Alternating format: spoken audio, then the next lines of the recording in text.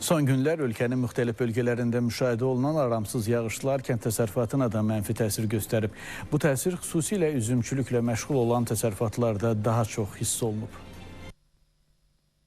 Üzüm bağlarında son günlər yağan yağışların fəsadları aydın şəkildə görünür. Artan rütubət özü ilə bərabər bir çox xəstəliklər gətirib. Salyan rayonunun bir sıra kəndlərində də yağıntıların uzun müddət davam etməsi üzüm bağlarında müxtəlif xəstəliklərin yaranmasına səbəb olub. Bağ sahiblərinin sözlərinə görə havaların rütubətli keçməsi nəticəsində üzüm tənəklərində göbələk mənşəli xəstəliklər yayılıb, bəzi sahələrdə isə salxımlar zədələnib. Bu da məhsuldarlığın aşağı düşməsinə səbəb olub. Nəticədə mövsüm dövründə ciddi üzüm qıtlığı yaranacaq ki, bu da məhsulun qiymətinin baha olması ilə nəticələnəcək. Nəzərə alsaq ki, indi bağlarda üzüm yarpağı yığımı da aparılmalıdır. Xəstəliklər səbəbindən üzüm yarpaqlarında ləkələr yaranıb ki, bu da satışın qarşısını alır. Yaranan çətin vəziyyət onların sosial rifahına ciddi təsir göstərir. Çörək pulunu üzüm yarpağının satışından çıxaran bağ sahibləri çox çətin durumdadılar. Onların dediyinə görə bağları dərmanlamaq da asan deyil. Xəstəliyin qarşısını ala bilmirik. Dərman da həqiqətən çox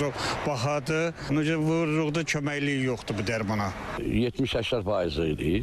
Yaxşı idi, məhsuldarlıq yaxşı idi. Bizim bu təsərrüfat, bizim bu kənd üzümçülüklə ilə dolanırdı.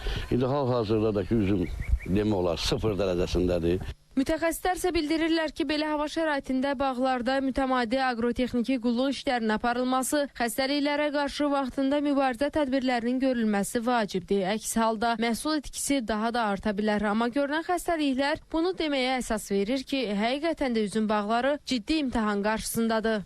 Məhsuldarlıq demək olar bu il çox sıfır aşağı dərəcədədir.